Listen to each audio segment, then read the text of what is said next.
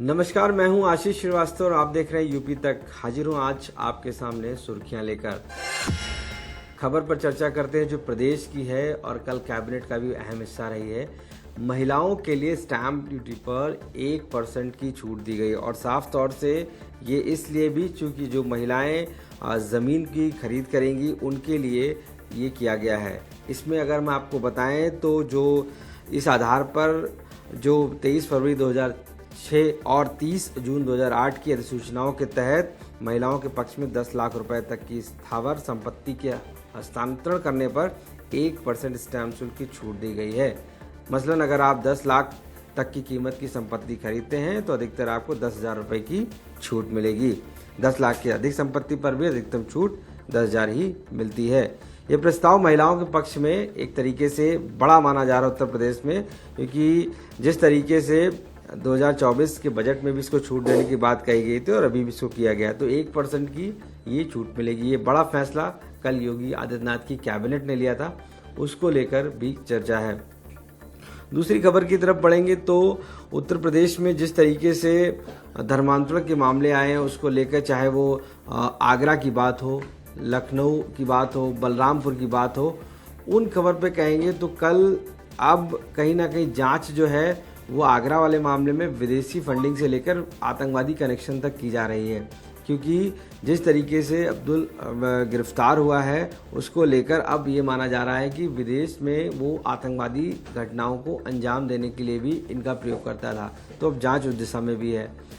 और विश्व रक्षा हिंदू परिषद ने जो हेल्पलाइन बनाई थी अब वह अलीगढ़ में भी जांच कर रहा है, चूँकि माना गया है वहाँ पर एक एक्सक्लूसिव जानकारी लगी है कि 97 ऐसे जो महिलाएं हैं वो धर्मांतरण करके गायब हैं।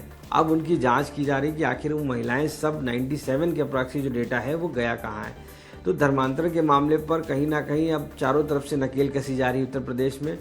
आज भी जो बलरामपुर के विधायक हैं वो इस बात को लेकर एक्सपोज कर रहे हैं कि कौन कौन अधिकारी छांगुर गैंग से मिले हुए हैं, किस तरीके से उन्होंने उसको फ़ायदा पहुंचाया है।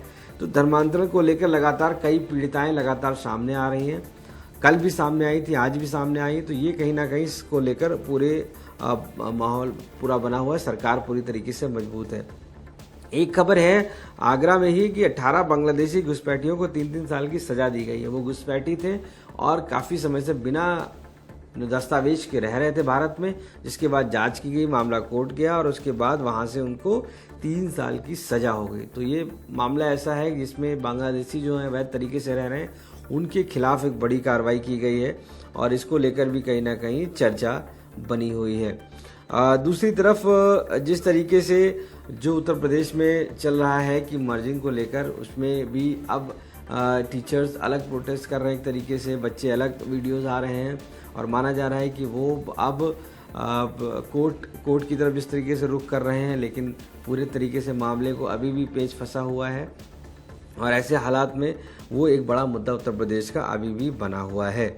रोडवेज में कि अगर बसों की बात करेंगे उत्तर प्रदेश की, तो यहाँ पर कंडक्टरों को और ड्राइवरों को अब एक निर्देश मिला है कि वो कम से कम मिनिमम 5 सवारी जरूर बैठाएंगे, तब वो बस को आगे बढ़ाएंगे। यानी कि ये एक तरीके से टारगेट मिला है परिवहन विभाग को, जिसमें इस तरीके की करनी होगी व्यवस्था, अन्यथा बस नहीं चलाएंगे। तो ये एक पैसेंजर का टारगेट मिला हुआ है। ये एक खबर उत्तर प्रदेश से। एक लखनऊ की खबर है जहां पर एक डिसेबल चाइल्ड है, जो लड़की है, जो पीड़िता है, उसके साथ गैंगरेप की घटना आई है। उसमें 3 लोगों ने गैंगरेप किया है। आरोप है उसकी बहन का कि रात में उसको उठाकर ले गए और उसके बाद गैंगरेप की वारदात को अंजाम दिया, जिसके बाद तीनों आरोपियों के खिलाफ मुकदमा दर्ज कर लिया गया। पुलिस अब उनकी तलाश कर रही है, हालांकि वो अभी फरार हैं। तो ऐसे में कहीं ना कहीं ये जो फैसले हैं, ये जो खबरें हैं, काफ़ी महत्वपूर्ण हैं। एक खबर और मैं आपको बता दूंगा, कल एक तरफ ब्रजभूषण शरण सिंह सीएम योगी आदित्यनाथ से मिलते हैं 3 वर्षों के बाद और बार बार ये कहते हैं कि वो बड़े हैं, सीएम हैं, वो झुके हैं तो बुलाना है, तो मैं गया था। लेकिन दूसरी तरफ उनके बेटे जो विधायक हैं वो कल मिलते जाके हैं वो कल मिलते जाके हैं डिप्टी सीएम केशव प्रसाद मौर्य से। यानी कि डिप्टी सीएम केशव प्रसाद मौर्य से वो ही कल जाके मिलते हैं और बताते हैं गोंडा के जो विकास कार्य हो उनके लिए मिले गए। लेकिन जिस तरीके से एक दिन पहले उनके पिताजी ब्रजभूषण शरण सिंह और दूसरे दिन प्रतीक भूषण जाकर मिलते हैं, तो कहीं ना कहीं राजनीतिक अटकलें हैं कि किस तरीके से पिता और बेटे एक तो सीएम तो दूसरा डेप्यूटी सीएम से जाकर मिलते हैं। अब ऐसे में कई अटकलें लगाई जा रही हैं। ये तो साफ है कि एक तरीके से पूर्वांचल की राजनीति कहीं ना कहीं साधने की भी जुगात की जा रही है। इस तरीके की खबरें हैं जो हम यूपी तक फिर रोजाना आपको दिखाते हैं और ये सुर्खियों के हिस्सा रहती हैं।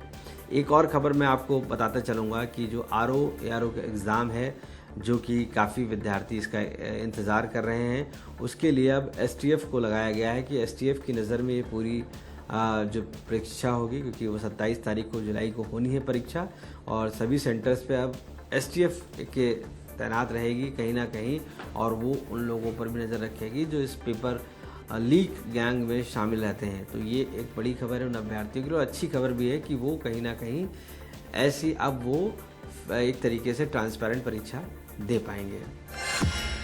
आप इसी तरीके से देखते रहिए रोज़ाना सुर्खियाँ और यूपी तक। मुझे इजाज़त दीजिए, नमस्कार।